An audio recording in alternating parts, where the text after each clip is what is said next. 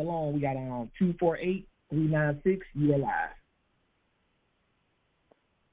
Hey, excellent class. It's a pretty straightforward lesson. I had a question about a unrelated topic. Okay, go ahead. Oh, okay, I'm sorry. I had a question about Proverbs 6 and 16. I was studying and I was trying to understand, are these sins a separate sins that's more egregious than regular sins, or are these sins on a different level than regular sins? I was trying to get a more understanding on this verse. So you talking about these 6 things that the Lord hates? Right. Proverbs 6 and 16 through 19. Oh, I know what you're talking about. Oh, let's see. Proverbs 16, you said? Right, through 19. Proverbs 6, yep. Chapter 6, verse 16 through 19. Oh, yeah. Well, no, because you got to understand that the book of Proverbs is a poetic book. He's not saying that these 6 things does the Lord only hate, because you can read other sins in the book of Proverbs as well as other books, and they talk about things that the Lord hates, right? This is kind of like what you call keying in on some things in particular that you want to look out for. Like it says, these 6 things of the Lord hates, yea, 7 are an abomination unto him, right? And abomination means something that he hates. And it says a proud look, a lying tongue, and hands that shed innocent blood, a heart that devises wicked imaginations, feet that be swift and run into mischief, a false wicked that speak of lies, and he that sows discord among brethren, right? You can read stuff like this in the book of Proverbs where somebody say these 3 things, and there's like the 4th thing is this. And, you can read that. There's like a theme in the book of Proverbs. It's not saying that these things are especially hateful to him per se, even though you can read some places in the Bible where some sins are worse than others. But these are definitely ones you want to be on the lookout for. You know what I'm saying? That's what it is getting at.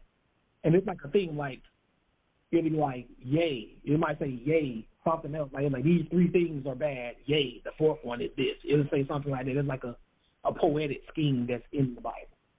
It's not like Catholicism. They got the 7 deadly sins in Catholicism. Right. Like the 7 deadly sins. No, it's not like that. Okay, so it's just using a poetic language to kind of highlight, you want to stay away from these sins.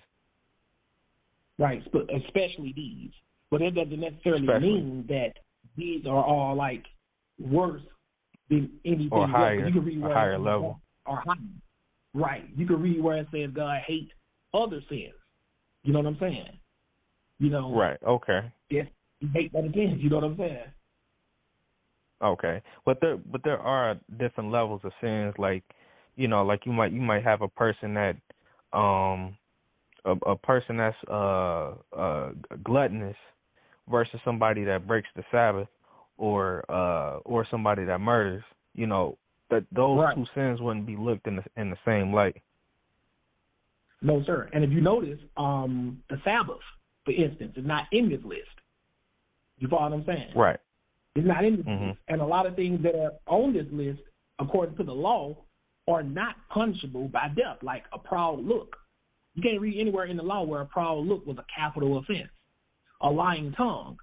Depending on what you lied about, that could be a death sentence or just a punishment. Right? Hands that shed innocent blood, that's murder. That's definitely a death sentence.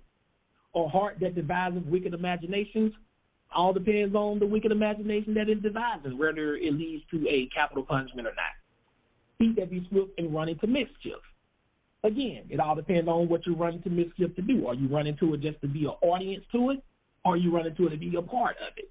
So you see how when you start dissecting it, you can see that there are things in the law that are punishable by death versus these things that are not necessarily punishable by death. And then it says a false witness that speak of lies. Again, that's like a lying tongue. And again, depending on what you're lying about, that could get you killed or executed. And it says, and he that sows discord among brethren.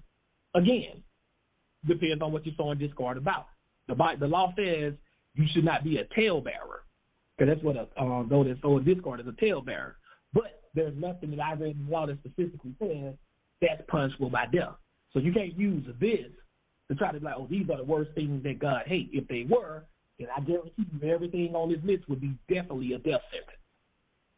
All right? Appreciate you calling. This is Stephon, too, by the way, right? Yes, sir. Appreciate that, Stephon Urkel. But moving down the list, let me see.